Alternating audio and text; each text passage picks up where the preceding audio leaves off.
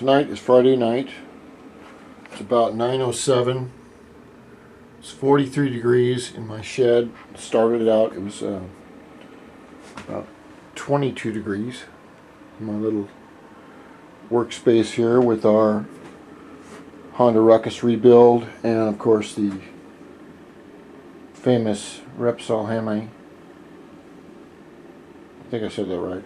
I've been up since 4 o'clock in the morning. I'm very tired, so I'm kind of talking slow, and if you believe that bullshit, well, I got a bridge to sell you in Australia. Anyway,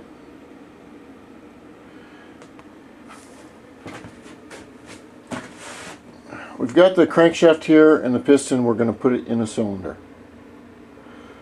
In order to do this, we have to put the crankshaft stays in place, which are these two little half round pins. They're not pins, they're half round pieces of steel, and they look just like this. And I'll see if I can use my little magnifying glass and see if it'll give me a better look at them. You can see they're in the they're cutouts right there. There's one on this side and there's one on this side right here. And what they do is they correspond with the slots in the bearing right here, and they'll hold the bearings in. The piston has got to be put on a certain way to where the intake is where it is right now, on the right. Okay, you can get this all the way reversed around, and you don't want to put it on like that. So if you do have it like that, you want to change it. And one other thing I was thinking before I made this video is there could be some young people out there that have never worked on bikes, and when they hear about a small end rebuild or a big end, what that means in motorcycle terms is the bearings here. This is called a large end bearing right here on the crankshaft. Up underneath here is called a small end bearing. Now this one doesn't have a bearing, but most motorcycles have a bearing up here, a round bearing, and a round bearing right here. Now an upper rebuild means from here on up to where you don't have to split the cases and do a total rebuild. If it's a large end bearing failure, which is right here, there's just a round bearing in here. If that fails, you're going to have to split the cases right here, or excuse me, split the cases and then split the crankshaft to put on new bearings or buy a new unit. But one thing is clear is that you're going to have to take out the crankshaft, either put a new one in or rebuild it. So when they say bottom end rebuild, it means from here on down. What that means is that's going to cost you a whole fuck of a lot of money compared to a top end rebuild, which is from here on up, or the piston, the wrist pin, the bearings, and rings. So that's a little bit of terminology. We want to put some oil on the bearings. You can use whatever oil you want.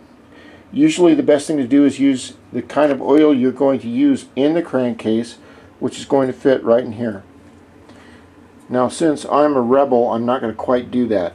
I'm going to use my super oiler James Bond pin oiler, and I'm going to place some oil in here, place a little bit in here, place it on the rings. Remember, on the rings, when you go to put them in, they're not like a two-stroke. Two-stroke pistons, and I'll show you some of mine. Two-stroke pistons, let's see if I can show you on this one. They have a little pin. You can see that tiny pin in there? No, I don't know if I can show you on the bottom here. But some of them go all the way through. There is a little stops pin right there. What that does is keeps the ring from spinning all the way around the piston. Okay? Now on the second ring holder right here, there is another one, and it's right there. Let's see if we can put it underneath the light, and I can do this right. There, you can see the second one right there. There's one there, and there's one right on the top, right there. They keep the pistons from, or the rings from spinning around and catching in the exhaust ports. On a 4-cylinder, it's not like that. Okay, there is no rings, or there is no pins in here, so they want you to stagger the piston rings so that the gaps are not all in the same place and you lose compression. So that's why we have right here, it shows us on the top ring and the second ring and third ring, so 3 rings, 1, 2, and, oh, excuse me, there's 4 rings. But you can see how the first ring is set at 120 degrees. I mean, you can set it anywhere, as long as you take the second ring and you make it 120 degrees this way or that way from the first ring. Now, on the third set, there is 2 rings and a spacer.